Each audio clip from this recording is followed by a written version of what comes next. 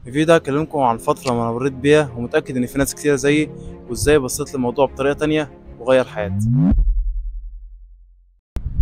يا رجالة عاملين إيه؟ يا رب تبقوا كويسين. الفيديو ده هيبقى فضفضة على نفسية نوعا ما. ف... فشوفوه. المهم في فترة كده جت عليا كنت بعمل كل اللي المفروض أعمله وأنا مش قادر، مش عايز أعمل أي حاجة.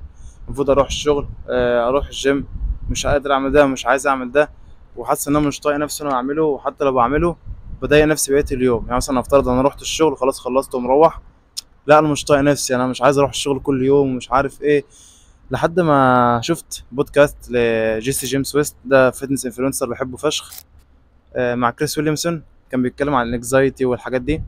فكان بيتكلم عن نفس الموضوع. سبحان الله كان البودكاست ده اتعمل ليه، كان عن نفس الموضوع.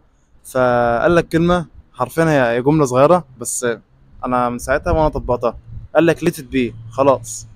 بمعنى خلاص انت عندك شغل يا باشا، روح الشغل واعمل اللي عليك واتكل على الله، روح. وحاول ما تخلطش الشغل بين البيت. يعني مثلا انت في الشغل حصل لك ظرف، حصل لك حاجه تضايقك، ما تحاولش تخليه ده يضايقك بقيه اليوم زي ما كان بيحصل معايا.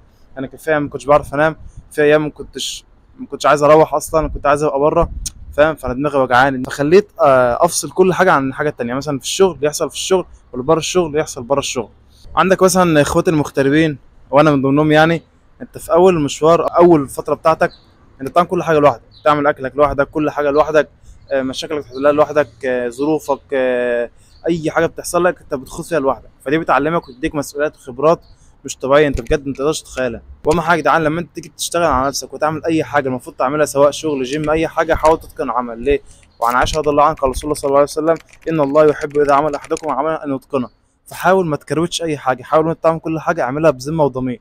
عندك شغل، روح اتقن الشغل، ما تتعبش هنا ولا هنا، لا انت وراك مشوار، وراك هدف المفروض تحققه. وحاول تبص لقدام. يعني ايه؟ يعني انت مثلا من دلوقتي كمان 5 سنين، كمان 10 سنين، انا عايز ابقى ايه؟ خلي هدفك قدامك، وحاول تحط الناس او البيئه المحيطه بيك الهدف اللي انت توصل عشان تساعده. يعني مثلا والدتك ربنا يحفظها لك، والدك ربنا يحفظه. انا والدي متوفي، فاتمنى تدعوا له بالرحمه والمغفره يا رب العالمين، تقروا الفاتحه. حاول تحط الناس دي اهدافك، اخواتك، الحاجات دي. انت عايز تعمل فلوس، انت عايز تنجح عشان تجيب لهم اللي هم نفسهم فيه، علشان تخلي الناس فخوره بيك وتحس ان انت عملت حاجه في حياتك قبل ما تتكل على الله. وطبعا اهم حاجه في الدنيا كلها ربنا. احنا اصلا جايين الدنيا عشان نعبده، مش عشان نعمل اي حاجه تانية. فحاول تصلي طبعا، تقرب من ربنا جدا، لان هو اللي هيقف معاك في كل حاجه انت بتمر بيها، سواء حلوه او وحشه. طبعا زي ما انتم شايفين دوج اللي ورايا دي، ان شاء الله يوم من الايام نجيب واحد زيها ونجيب اعلى باذن الله. وبرضه في نقطة تانية عايز أتكلم فيها، وهو إنك تحمد ربنا لأن غيرك نفسه يبقى مكانك وأنت نفسك تبقى مكان حد تاني. ده كان فيديو النهاردة.